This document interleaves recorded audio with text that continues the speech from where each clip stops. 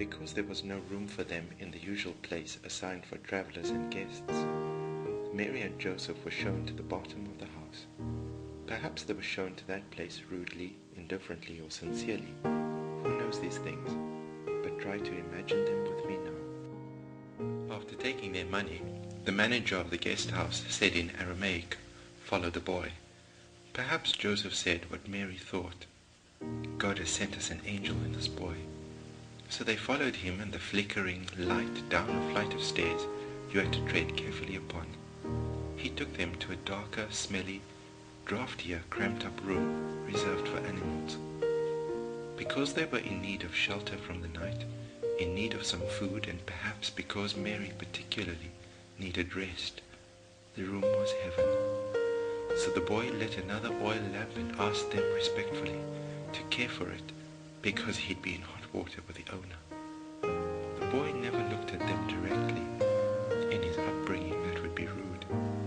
But in the quiet dance of soft lamplight, he noticed that Mary was heavy with child.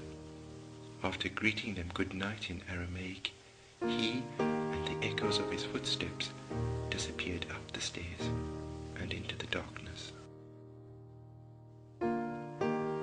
After a little while, when their eyes had grown accustomed to the dim and dark, the dance of the oil lamp, after thanking God and taking in some food and drink, Mary and Joseph found that the animals they had to share the room with also provided some warmth. It was strangely comforting, against their custom and culture, but comforting nevertheless. Then out of nowhere the boy appeared again and said that his mother would help if Mary needed a midwife. He kept his eyes downcast. Joseph and Mary were moved immeasurably by this kindness, as if God had sent them an angel in the form of this boy. And as the story goes, they took him up on the offer much later that night. For you see, in that strange, dark, inconvenient place and time, the time had come for something to be born. Joseph thought what Mary said out loud. God is with us, Joseph, in the strange, dark, inconvenient place and time. So both of them began to look back to the pockets, places, people, and times God had been with them. It was like looking at the night sky pitted with a blaze of stars. They were moved and amazed. And when the pain of childbirth subsided, that dark room in the pit of the inn became heaven for them. Then Mary said softly, "Some things in life are out of our control, but the story is never."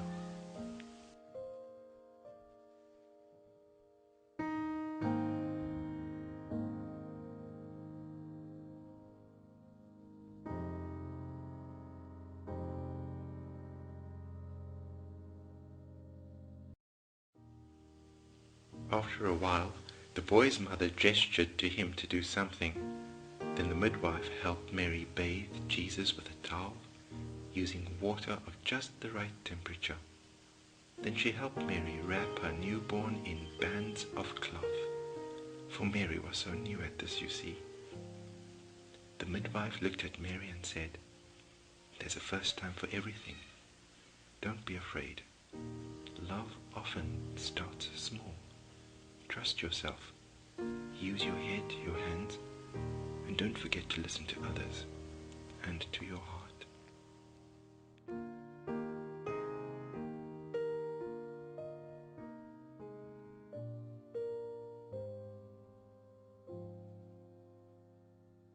Meanwhile, the boy and Joseph made the feeding trough into a cot to receive the baby. It looked cozy and cool. So Mary placed the baby in there. Joseph kissed him gently but repeatedly and could not be pulled away. He was so in love with the baby smell of his firstborn boy. On the outskirts of town, in the cold, semi-desert night, there were shepherds going about their business when an angel of the Lord stood before them. They were terrified, perhaps even suspicious. when they realized they were wrapped up in the glory of God. Why would God send an angel to people like them? But you and I know God is like that. God is intensely wrapped up and interested in us, in people we call them. Then the angel said something that appears 366 times in Scripture. Do not be afraid.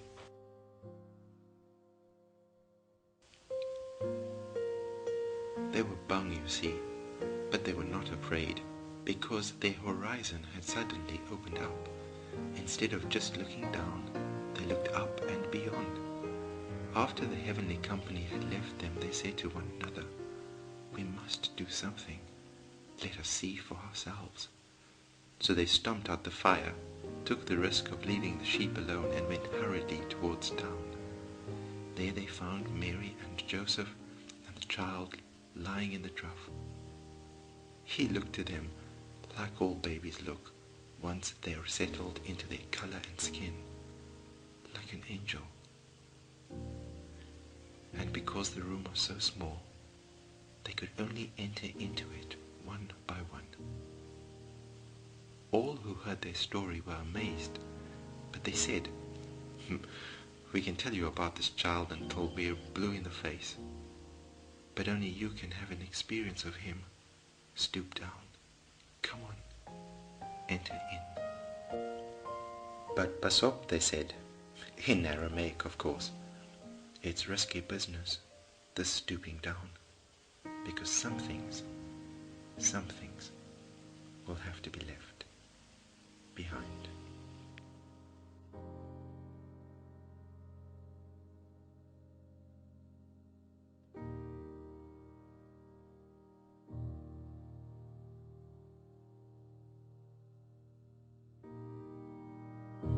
When the shepherds had left and Mary, Joseph and the child were alone, Mary treasured all the things that were said. She pondered about them in her heart, what Joseph couldn't get round in his head. "I wonder how this night will be remembered," Joseph said. The couple didn't realize that the boy who had helped them at the beginning and throughout the night was still huddled on the landing looking in. Before leaving them behind, he said to himself, "I will remember this night for the rest of my life." Kicking a stone as he walked through the empty streets, the boy couldn't get over the mixture of ordinary miracle and magic. When he reached the edge of the town, his eyes looked up and beyond, into the sky peppered with patches of darkness littered lavishly with light of stars. For the first time in his life, he not only said it, but believed it. There's something more to being here. It is unutterably immense. Then he ran across the dark all deeper into the night, and like a star, he trailed